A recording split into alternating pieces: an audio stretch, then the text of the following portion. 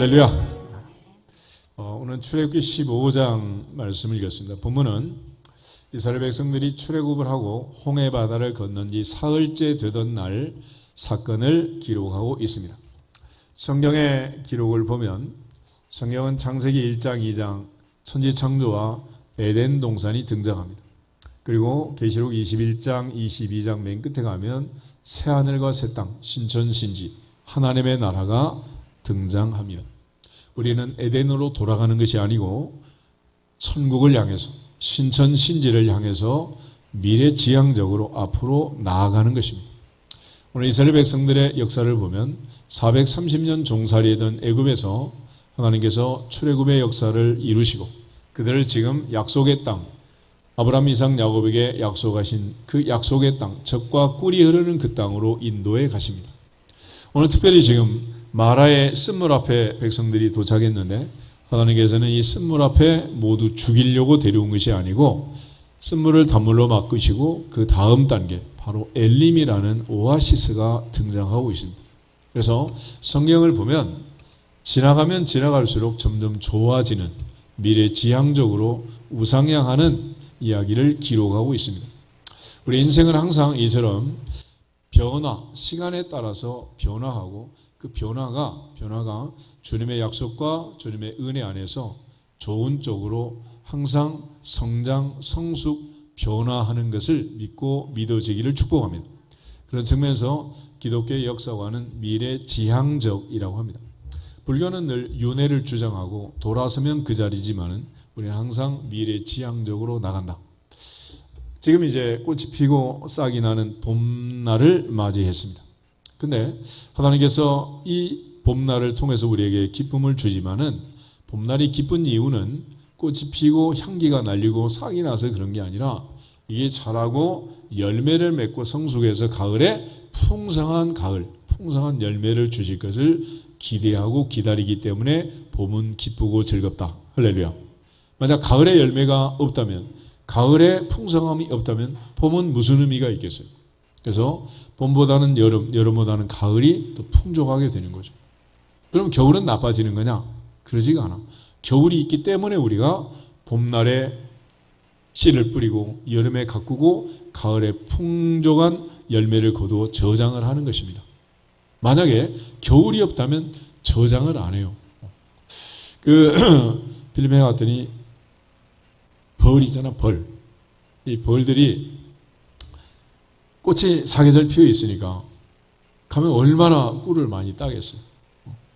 그래서 이 벌들을 가지고 필리핀에 갔는데 처음에는 별들이 막 정신없이 꿀을 모으다가 갑자기 일을 안 해. 밖에 나가면 항상 꿀이 있는데 저장할 필요 있겠어요? 없겠어요? 할 필요가 없어. 그래서 이 꿀장사라는 사람이 햄버거 가게를 만들고 그 햄버거 가게 이름을 졸리비라고 이제 지었는데 우리나라처럼 이제 큰 빅맥 이런 게 아니라 필리핀 사람들의 입맛에 맞는 조그만 그런 햄버거를 만들어요. 근데 벌도 날마다 나가면 열매가 있고 꽃이 있다면 일하겠어 안 하겠어? 안 해요. 그래서 어느 나라나 사계절이 있는 나라가 선진국이고 사계절이 있는 나라 사람들이 부지런한 거예요. 왜 그래? 1년에 한 번씩 반드시 뭐가 온다? 겨울이 오는 거야, 겨울이. 그래서 겨울을 지난 그 나무가 한 해마다 나이테가 있는 거예요, 나이테. 여러분 지금 앉아있는 의자는 인도네시아 이런 밀림에서 가져온 의자라 나이테가 없어요. 그래서 나무가 큰 널판을 만들으셔서 그렇게 만드는 거예요. 그런데 하나님께서 주신 그 은혜 속에서 우리가 살아가는 일상도 마찬가지. 하루를 시작하면 아침 시간이 있고 오전 시간이 있고 점심을 먹고 오후 시간이 있고 나른하게 쉬다가 마무리하고 퇴근해서 저녁 시간을 맞이하잖아요. 하루 따져보면 봄, 여름, 가을, 겨울이 하루 안에 있는 거예요. 비즈니스 하는 사람들은 한 달 단위로 살잖아. 분기별로. 그러면 월초가 있고 월중이 있고 월말이 있고 전부 이런 결산을 하는 그런 시스템에서 또 분기별로 실적 발표를 하고 그러면서 또 이제 결과물을 창출하고 중간 결산을 하잖아요. 아이들 또 학기를 시작하면 이제 새학기에 시작하면 전부 뭐 옷도 사고 신발도 사고 뭐 공책도 사고 학용품 사고 꼭 전교 1등 할 것처럼 사달라 그래. 한 달면 이제는 운동화 꺾어 신고 다니고 이제 막 책가방은 잊어버리고 다니고. 그런데 그 중에 희한한 녀석들은 중간고사, 기말고사를 준비해서 씨를 뿌리듯이 농부가 농사를 짓듯이 그런 아이들은 전교 1등을 하는 거고 중간에 애들은 도태하는 거죠. 이처럼 우리가 살아가는 인생이 다 그런 거예요. 그래서 어린 시절에 보면 새싹이 트는 걸 보면 새싹부터 알아본다 그러잖아요. 새싹부터. 그래서 이런 아이들을 잘 양육하고 이 아이들이 어린 시절을 보내고 유아기 청소년기를 보내고 청장년기를 보내고 그리고 은퇴하고 노년기를 보내고 그런 봄, 여름, 가을, 겨울이 인생에도 다 있는 거예요. 그래서 하나님께서 우리의 인생을 인도할 때 점진적으로 어린 시절보다는 점점 나아지도록 그리고 가장 마지막에 이 세상을 마무리하고 영원한 천국에 갈 수 있도록 은혜를 주시는 줄 믿습니다. 점점 그렇게 되는 거예요. 그래서 인생을 보면 아브라함, 이삭, 야곱, 요셉도 보면 할아버지 아브라함도 큰 복을 받아서 75세에 부름받아 175년까지 100년을 사는 이런 은혜를 누렸지만 아들 이삭은 아버지 아브라함보다 100배로 수확을 더 얻는 그런 거부가 됩니다. 거부가. 그런데 아들 야곱은 야방도주라고 도망을 치잖아. 기름 한 명 가지고. 가다가 그것도 베델에서 꿈을 꾸고 사닥다리 환상을 보고 다 붓고 외갓집에 빈손으로 들어가는. 그런데 20년 세월 종살이 하면서 라반과 10번이나 품삯을 더 바꾸면서 뭐 흰둥이 얼룩말 얼룩염소 해가면서 막 그 변경을 하고 했지만은 하나님께서 두 때가 되는 큰 재물을 주시고 에서가 한 때를 치면 한 때는 남으리라. 이렇게 반타작을 해도 남을 정도로 어마어마한 복을 주는 거예요.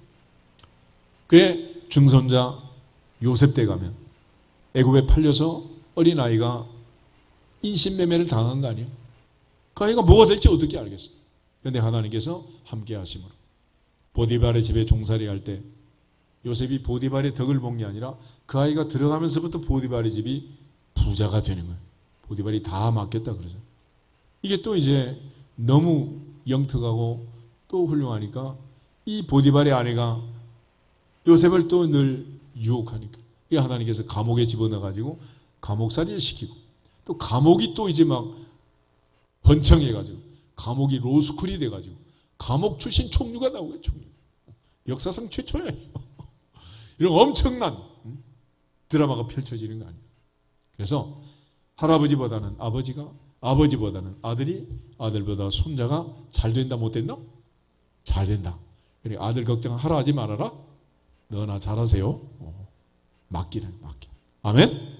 그래서 성경은 항상 미래지향적인 역사를 얘기하는 거예요. 세월이 지나면 좋아진다 나빠진다? 좋아진다. 여러분 어린 시절 생각해 보세요. 그때로 돌아가라고 하면 가겠어? 난 싫어. 요즘 애들은 태어나자마자 스마트폰 물고 나와가지고 뭐 엄청난 세상에 살고 있잖아.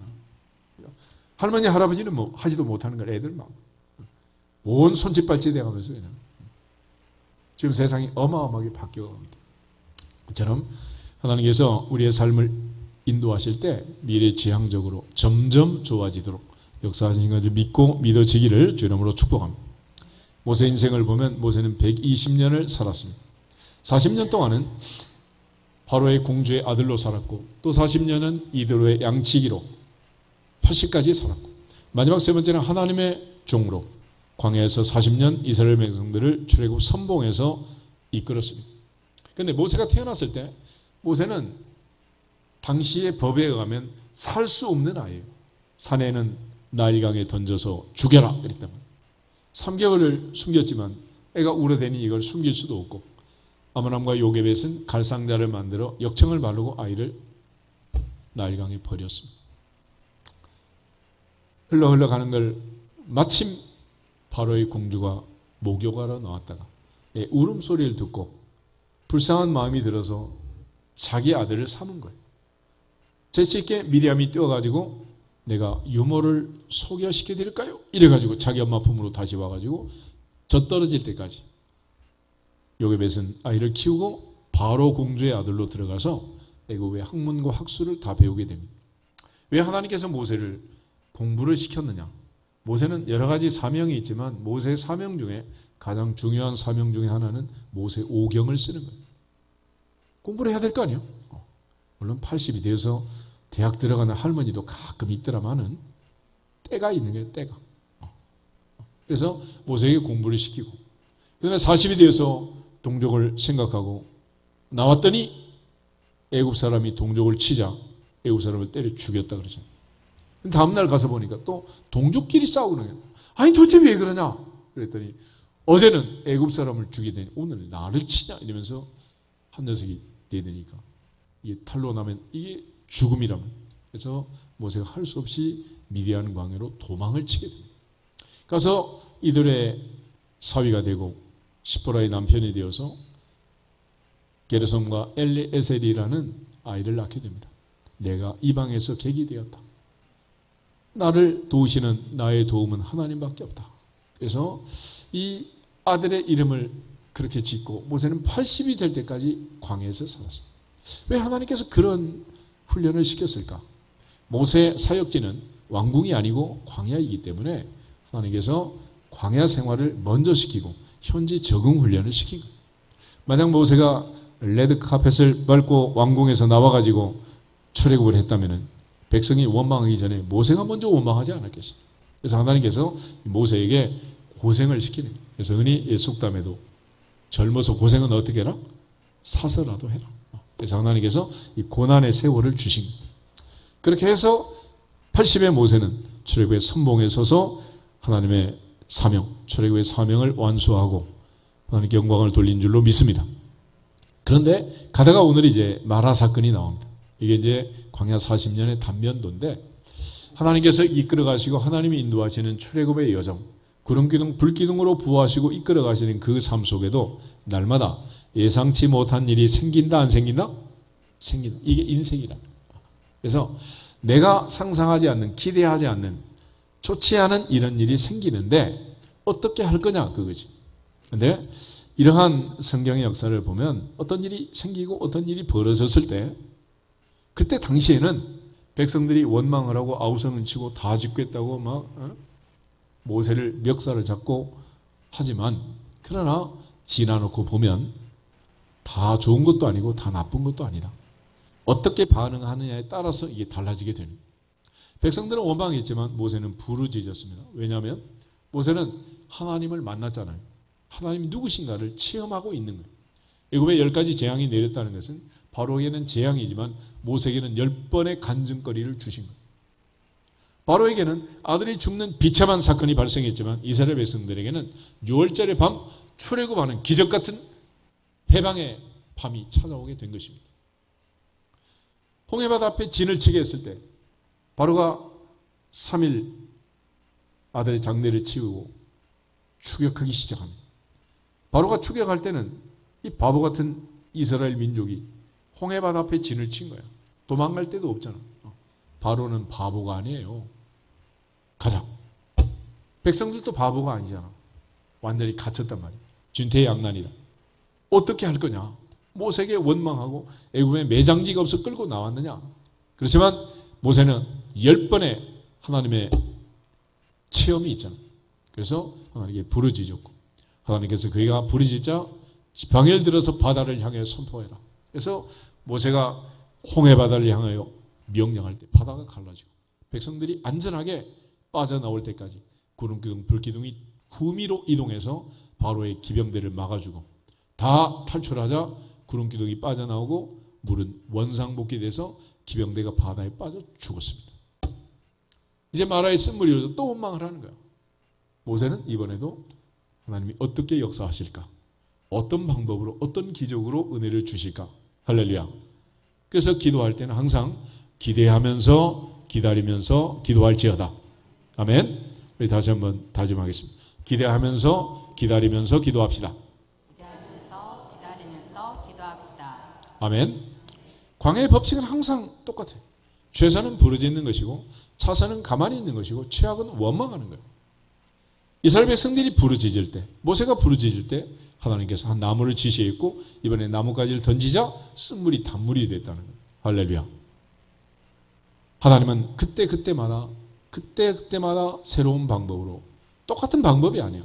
하나님은 또 다른 방법으로 또 다른 기적을 행하시고 은혜를 주신 줄 믿습니다. 그러므로 성경에 이만한 기적이 있는데 성경과 똑같은 기적이 아니에요. 오늘 내가 기도하면 오늘 내 인생에 적합하게, 내 인생에 합당하게 하나님께서 하나님의 방법으로 역사하실 줄로 믿습니다. 그리고 그들은 다음 단계 마라의 쓴물 다음에 엘림이라는 곳에 도착하게 됩니다. 엘림에는 물샘 12이 있고 종려나무 70그루가 자라고 있었습니다. 오아시스가 있었습니다. 만약 그들이 마라에서 조금만 더 가면 엘림 오아시스가 있다는 사실을 믿었다면 그렇게 원망하지는 않았겠죠. 우리가 살면서 내 인생에 불확실한 일들이 계속되고 있지만 그러나 하나님께서 주신 약속의 말씀처럼 반드시 하나님께서 마라에서 엘림으로 인도하실 것을 믿어지기를 축복합니다. 그러면 원망이 없는 거예요.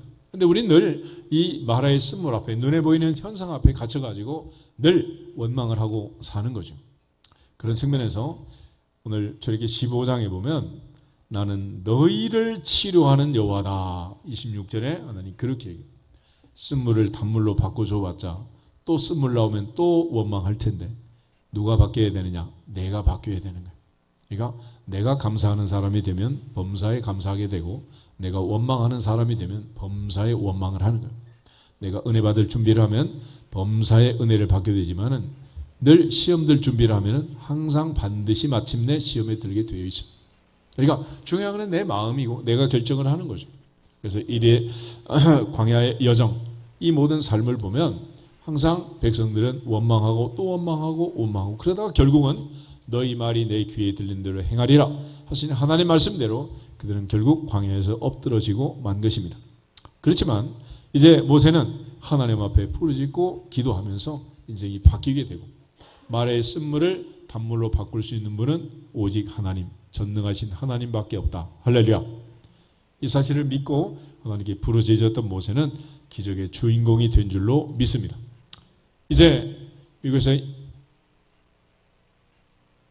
이자가 올라가고 내려가고 뭐 이러면서 또 이제 인플레를 걱정하다가 또 이제 경기 침체 디플레를 걱정하고 도대체 뭐가 뭔지 알 수 없는 뒤죽박죽 세상이 지금 펼쳐지고 있는데 어떤 쓴물이 나타나더라도 하나님이 약속하신 더 좋은 엘림의 소망을 두고 영적 전쟁에 승리하기를 주의 이름으로 축복합니다. 근데 이 마라라는 것이 모세에게만 있는 게 아니에요. 마라가 또 있어요. 우리 룻기를 한번 찾아보겠습니다. 룻기에 보면 나오미라는 여인이 나오잖아요. 나오미의 마라. 나오미는 베들레헴 사람인데 흉년이 들자 모압으로 이민을 가게 됩니다.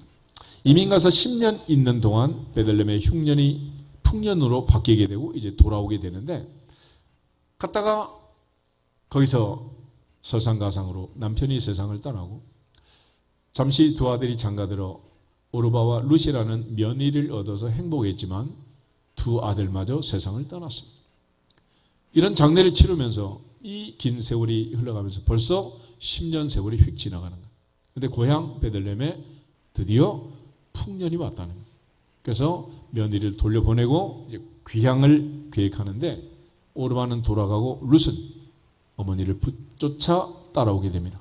어머니의 백성이 나의 백성, 어머니의 하나님이 나의 하나님, 죽기 전에는 안 떠납니다. 그래서 할 수 없이 데리고 오는 거예요. 그래서 마라의 쓴물처럼 나오미의 인생은 아주 괴로운 고통의 세월을 보내게 된 것입니다. 그래서 그가 돌아오면서 베들레헴에 와서 나오미를 알아보는 고향 사람들에게 하는 말이야. 룻기 1장을 보시면 20절부터 우리 22절을 같이 한번 읽어보겠습니다. 나오미가 그들에게 이르되 나를 나오미라 부르지 말고 나를 마라라 부르라. 이는 전능자가 나를 심히 괴롭게 하셨음이니라. 내가 풍족하게 나갔더니 여호와께서 내게 비어 돌아오게 하셨느니라. 여호와께서 나를 징벌하셨고 전능자가 나를 괴롭게 하셨거늘 너희가 어찌 나를 나오미라 부르느냐 하니라. 나오미가 모압 지방에 그의 며느리 모압 여인 룻과 함께 돌아왔는데 그들이 벌이 추수 시작할 때에 베들레헴에 이르렀더라. 아멘. 나오미는 어떤 사람이냐? 19절에 나오미 그래가지고 밑에 각주를 보면 나오미가 뭐라고 되죠? 희락, 기쁨, 조이. 아빠가 잘 살아야 한대, 행복하게 살아야 한대, 그리고 희락이라고 나오미라고 이름을 지어줬는데 흉년을 피해 모압에 갔다가 완전히 마라가 돼서도 마라가. 이 슬픔의 고통의 괴로움에 인생을 짊어지고 돌아오는 거예요. 근데 하나님께서 마라의 쓴물을 단물로 바꾼 것처럼 이 나오미의 마라를 다시 나오미로 회복하는 과정에 하나님이 쓰신 방법은 아주 간단한 방법을 썼습니다. 22절을 보면 나오미가 다시 고향에 돌아왔을 때 하나님이 때와 시기를 맞추는 거예요. 때와 시기를. 그래서 하나님께서는 때와 권한은 자기의 권한에 두셨다. 때와 시기는 자기의 권한에 두셨다. 너희가 알 바 아니다. 그래서 하나님께서 복을 주실 때는 이 시기를 맞추는 거예요. 그때 마침 오니까 그때가 어느 때였냐? 보리 추수 시작할 때였다. 추수라는 게 무슨 한 달, 두 달 하는 게 아니잖아. 예전에 여러분 학교 다닐 때 농번기 방학 이런 게 있었어요. 그 옛날에.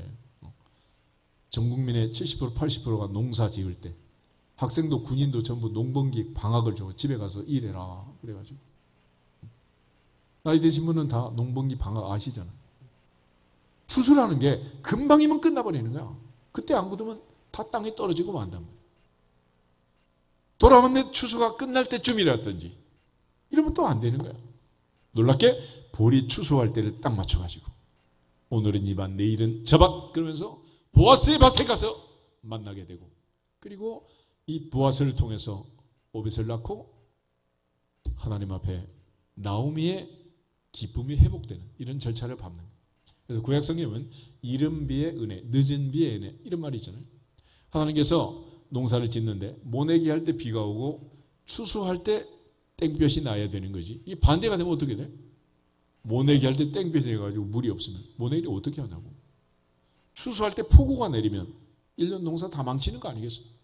그래서 농사라는 것은 내가 힘쓰고 애쓰는 내 열심과 노력에 비례하는 게 아니고 하나님의 손에 달렸느니라. 전능자의 손에 달렸느니라. 하나님의 손에 달린 문제라는 거예요. 전도서 3장을 한번 찾아보겠습니다. 전도서 3장.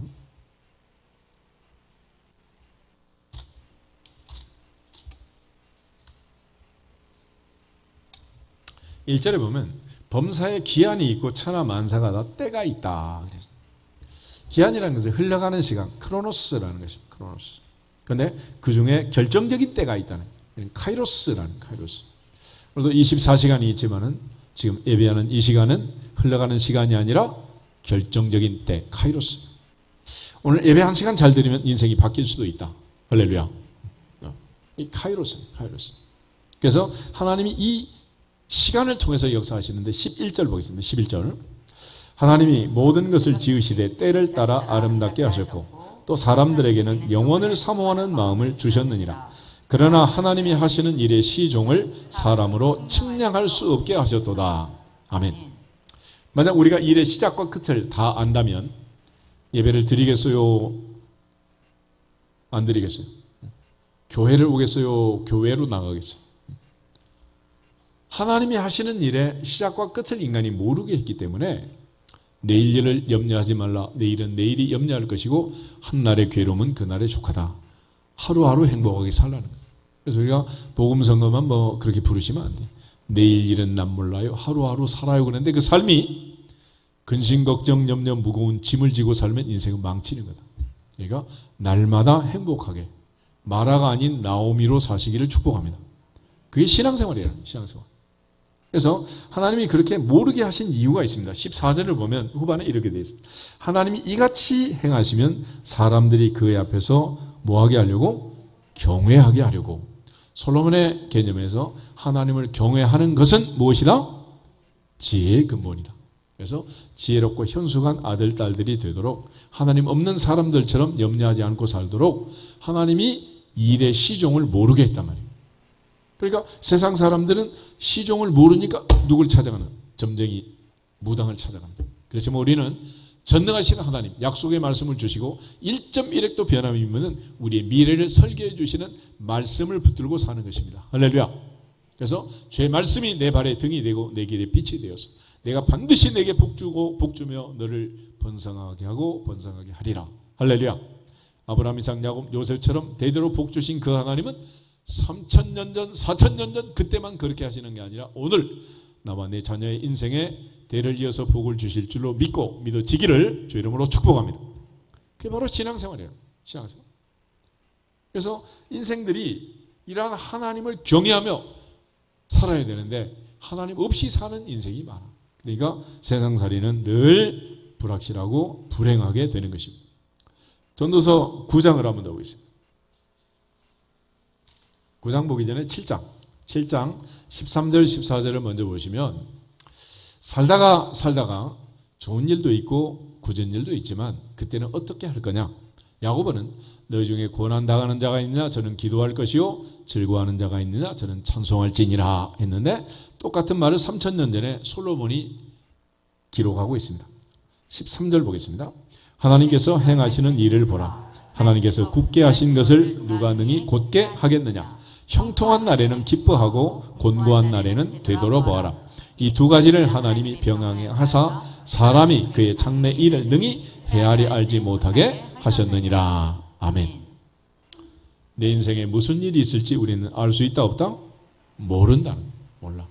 이걸 가리켜 세상 사람들은 리스크, 영어로 리스크라는 것은 불확실성, 어떻게 될지 모른다는 거예요. 한 아이가 태어나면 이 아이의 미래는 우리가 알 수 있다 없다? 몰라. 떡잎부터 알아본다 그러지만 그거는 인생은 12번도 더 바뀌는 거니까 알 수가 없는 거예요. 3개월짜리를 갈산가에 버려도 하나님께서 은혜 주시면 출애굽의 지도자가 되고 인신매매를 당해 17살에 팔려간 요셉은 하나님의 은혜로 애굽의 총리가 된 줄로 믿습니다. 우리가 알 수가 없어. 그래서 이 리스크라는 말은 위기라고 흔히 번역을 한 위기는 위험과 기회의 합성어라 그러잖아. 근데 이거는 불확실성, 불확실성. 그래서 여러분이 굳이 로또를 사고 싶으면 언제 사야 되느냐? 오늘이나 내일 사라는 거예요. 그러면 일주일 내내 그 불확실성 때문에 가슴이 두근두근 하는 거예요. 토요일 사면 뭐야? Just one day. 하루 그냥 벌렁벌렁 하다 끝난 거죠.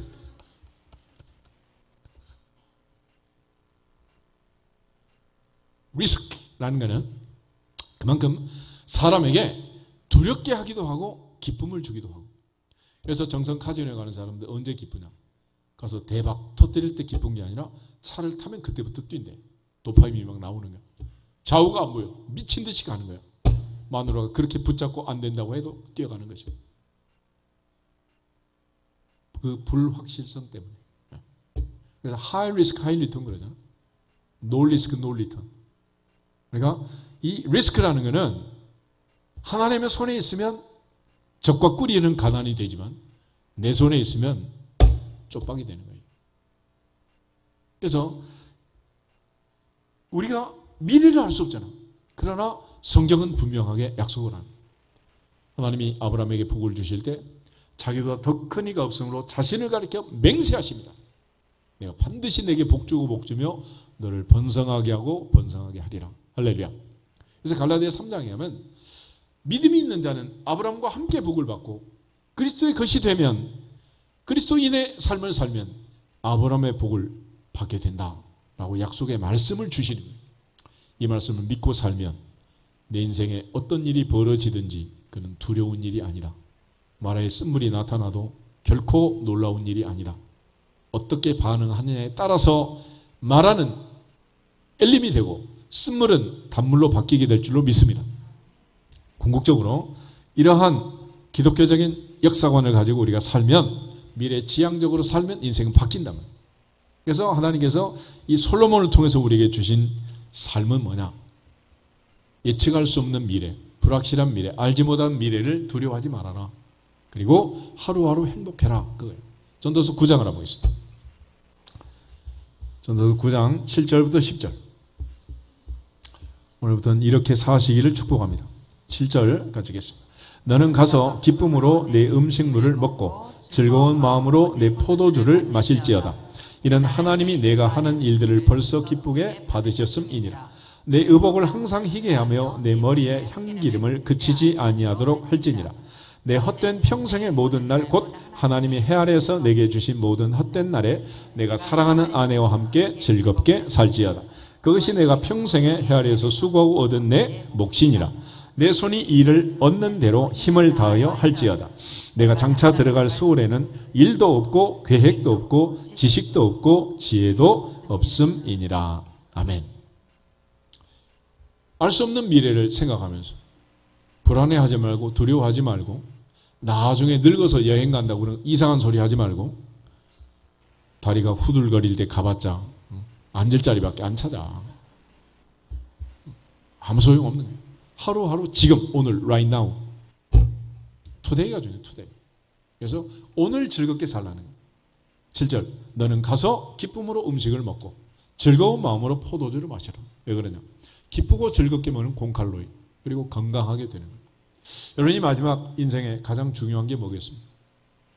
이건희 회장처럼 누워 계시다 가면 대한민국 최대의 재벌이라도 뭐가 부러워? 아무 소용없는 거예요. 결국 하나님 앞에 오늘 하루 한 끼 한 끼 행복하게 즐겁게 품위 있게 사시기를 축복합니다. 대접에 양푼에 막 해놓고 그래 먹지 말고 품위 있게. 내 품위는 누가 지킨다? 내가 지켜야지. 내가. 4월 23일이 되면은 이 강아지가 세상을 떠난 날인데 걔가 2005년 4월 23일 날 태어났다가 코로나 시절에 2000년 4월 23일 날 16년 만에 세상을 떠났어요. 그런데 걔가 처음에 와가지고 하는 일이 있더라고. 내가 희한하게 아파트 거실에 아무데나 앉지를 않더라고. 최소한 신문지라도 깔고 앉지 그냥 앉지 않더라고. 내 품위는 누가 지켜? 아무데나 앉지 말고 아무 의자나 피곤하다고 주저앉지 말고 항상 손수건이를 가지고 다니고. 결국 내가 스스로 자기 품위를 지키라는. 그래서 8절에 내 의복을 항상 희게 하고 내 머리에 향기름을 그치지 않도록 해라. 무슨 말이겠어요?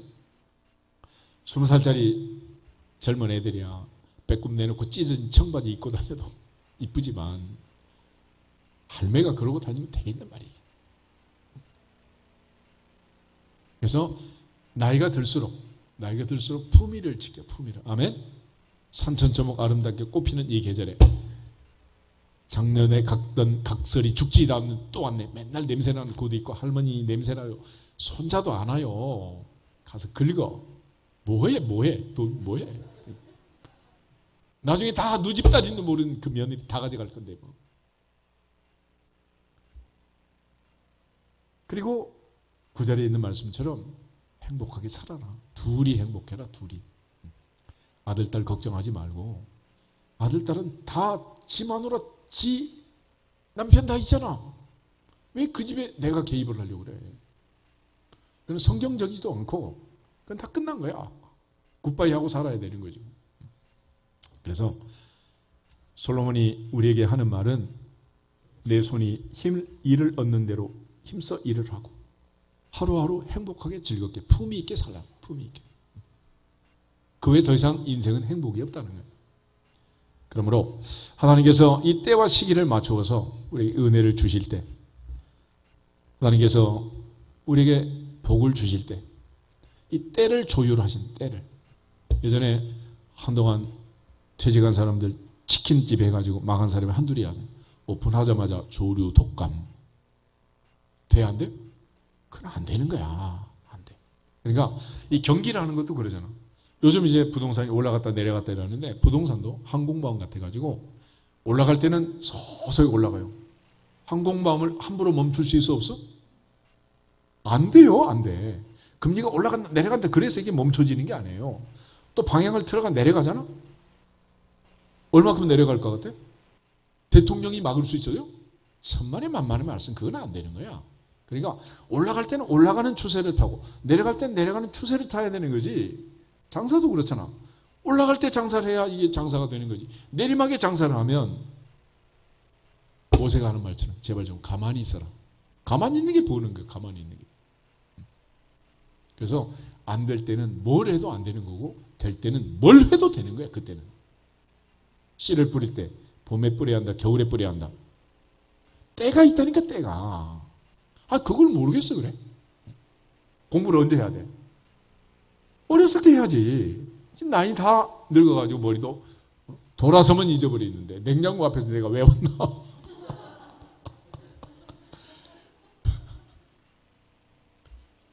그러신 분들이 공부를 한다고 이게 되겠냐고 이게. 때가 있는 게 때가. 그래서 하나님이 나오미의 인생을 바꿀 때 나오미가 고향에 돌아왔을 때 때를 맞춰주신 거예요. 그때가 어느 때였다? 보리 추수를 시작할 때, 끝날 때 아니야. 시작할 때. 할렐루야. 신묘막측한 거예요. 하나님의 법이. 그러니까 하나님이 은혜를 주실 때는 이 때를 맞추신 때를. 우리 인생에 때와 시기를 주관하시는 하나님의 은혜가 우리가 자녀들 인생길에 계속되기를 주 이름으로 축복합니다. 언제든지 하나님이 이 때를 맞추시고 어떤 사건이 벌어졌을 때 그래서 이게 좋을지 나쁠지 우리는 알 수가 없어요. 하나님의 손에 있다면 행복한 일이고 하나님께서 은혜를 안 주시면 그저 지나가는 일이 되고 마는 것입니다. 그런 측면에서 선지자 사무엘은 블레셋과 전쟁을 하고 나서 기념비를 세웠습니다. 기념비 이름이 뭐냐? 에베네셀. 하나님이 여기까지 도와주셨다. 선지자 이사야는 아스 왕이 전쟁이 일어났는데 승리의 확신을 갖지 못하고 덜덜 두려워 떨고 있는 거예요. 그래서 하나님이 친히 징조를 보여주셨습니다. 임마누엘. 하나님이 함께 하시면 처녀도 애를 낳을 수 있다. 하나님이 함께 하는데 뭐가 그렇게 두렵냐? 다윗은 내가 사망의 음침한 골짜기를 다닐지라도 나는 해가 두렵지 않다. 이유는 주께서 나와 함께 하심이라. 임마누엘을 믿습니다. 두렵지 않은 거예요. 두려워하지 말라. 내가 너와 함께 함이니라. 놀라지 말라. 나는 내 하나님이 됨이니라. 내가 너를 굳세게 하리라. 참으로 너를 도와주리라. 참으로 나의 의로운 오른손으로 너를 붙들리라. 약속하신 그 하나님의 약속을 믿고 믿어지기를 축복합니다. 아브라함은 이삭 번제를 드릴 때 모리아 산을 향해 올라갑니다. 아들이 입 다물고 따라가면 좋겠는데 이거 물어봐요. 아빠, 풀과 나무는 있는데 번제할 어린 양은 어디 있습니까? 아브라함이 뭐라 그랬어요? 너다.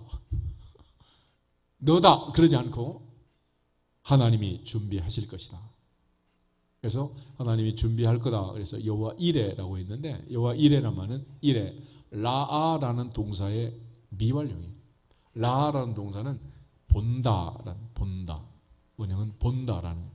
아들아 걱정하지 말라. 하나님 다 보고 계신다. 보고 계신다. 있는 것도 보시고 없는 것도 보시고 꼽을 쳐놓은 것도 특별히 다 보시고. 하나님 보신다. 아신다 모르신다? 아신다. 걱정하지 마라. 걱정하지 마. 그런데 우리는 늘 그걸 걱정해가지고 늘 인생의 실패를 반복하고 있는 거예요. 이제는 전능하신 하나님 앞에 인생 전체를 맡기기를 축복합니다. 지금까지 인도하신 에베네셀의 하나님, 지금도 함께 계시는 임마누엘의 하나님, 더 좋은 미래를 예비하신 여호와 이레 하나님 앞에 때와 시기를 조율해서 인생을 바꾸시는 그 하나님께 맡기면 우리와 자녀들의 인생길 대대로 맡아주실 줄로 믿습니다. 그런 측면에서 기독교는 항상 미래지향적으로 얘기를 합니다. 바울은 달려갈 길을 마칠 때까지 내 인생의 환난과 결박이 기다리고 있다고 하지만 그는 두렵지 않았습니다. 왜냐하면 마지막 종착역은 이 세상도 아니고 영원한 세상, 하나님이 의의 면류관을 준비하실 그 하늘을 바라봤기 때문에 바울은 두렵지가 않았습니다. 선지자 에레미야는 바벨론 포로라는 예언을 했지만은 하나님이 주신 이 예언의 말씀을 그는 안전할 수가 없었고 그 예언의 말씀을 전하자 백성들이 막 에레미야를 핍박하는 거예요. 아니 어떻게 하나님의 백성이 포로로 잡혀가고 하나님의 성전이 불에 탈 수 있다는 말이냐. 말도 안 되는 소리 하지 마라. 넌 가짜다. 이러면서 막 공격을 하잖아. 그때 에레미야가 하는 말이 바벨론 포로는 결코 그런 게 아니야. 너희를 향한 나의 생각을 내가 하나니 재앙이 아니라 평안이다. 미래와 희망을 주는 것이다. 그래서 하나님께서 포로 70년을 통해서 이스라엘 백성들에게 재앙을 준 게 아니라 미래와 희망을 주었다. 무슨 뜻이냐? 시편 기자의 고백처럼 고난 당한 것이 내게 뭐다? 유익이다. 그때 하나님을 찾고 돌아오게 된다는 거예요. 그러니까 우리가 고난이란 게 없으면, 고통이 없고 아픔이 없으면 절대로 하나님께 돌아오지 않는 게 인간이라는 거예요. 인간. 하나님께서 죄짓고 에덴에서 쫓겨나는 아담과 하와가 불쌍하지 않았겠어요? 그렇지만 내버려 두신 거예요. 집 나간 탕자가 떠나갈 때 아버지가 내버려 둔다고. 왜 그래요? 나중에 돼지 먹는 쥐염 열매도 없어가지고 돌아오기를 기다리는, 가시가 엉겅퀴가 있는 세상에서 하나님께 돌아오기를 기다리십니다. 그래서 선지자들의 마지막 메시지는 일관적이요. 여호와께 돌아올지어다. 지금이라도 돌아올지어다. 옷을 찢지 말고 마음을 찢고 돌아올지어다. 오늘도 기다리시는 거죠. 천년을 하루같이, 하루를 천년같이. 그래서 하나님께서 우리에게 마라의 쓴물을 주시고 나오미의 마라처럼 인생의 마라가 나타나게 됩니다. 그러나 이 아픔과 고통을 하나님께서 보리 추수 때를 맞춰가지고 상황을 바꾸십니다. 룻기 4장을 한번, 룻기 4장.